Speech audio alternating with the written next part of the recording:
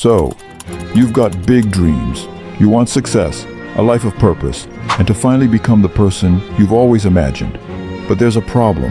You're stuck. You know exactly what needs to be done, yet you find yourself doing anything but that. Maybe you've been planning to get in shape, but instead of hitting the gym, you convince yourself you'll start on Monday.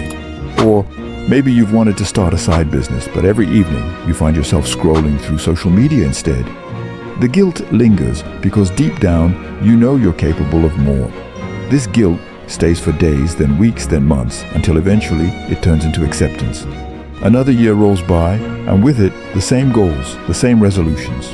You start fresh, fueled by motivation and excitement. But before long, procrastination sneaks in like an unwanted guest. At first, it's just a short delay, then a habit, then an identity. You begin to call yourself lazy, and worst of all, you believe it. But what if I told you that laziness isn't the problem? What if the real issue is something far simpler? Inertia. Yes, inertia, the invisible force holding you back. In physics, inertia is the tendency of an object at rest to stay at rest, and an object in motion to stay in motion unless acted upon by an external force. The same applies to us. The hardest part of any task is getting started. Think about a time when you had an assignment due but kept pushing it off until the last minute. The more you delayed, the more overwhelming it felt. Instead of starting, you drowned yourself in distractions, binging Netflix, watching random YouTube videos, refreshing your feed for no reason.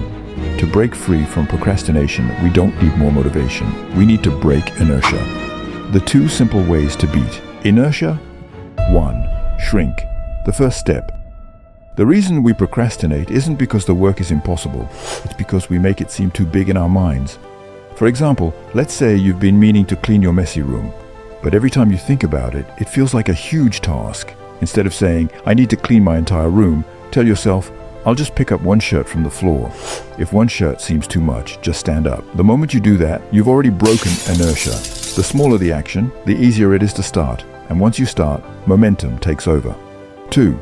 The 2-minute rule. If something feels overwhelming, commit to just 2 minutes. Ever wanted to start reading more but kept putting it off?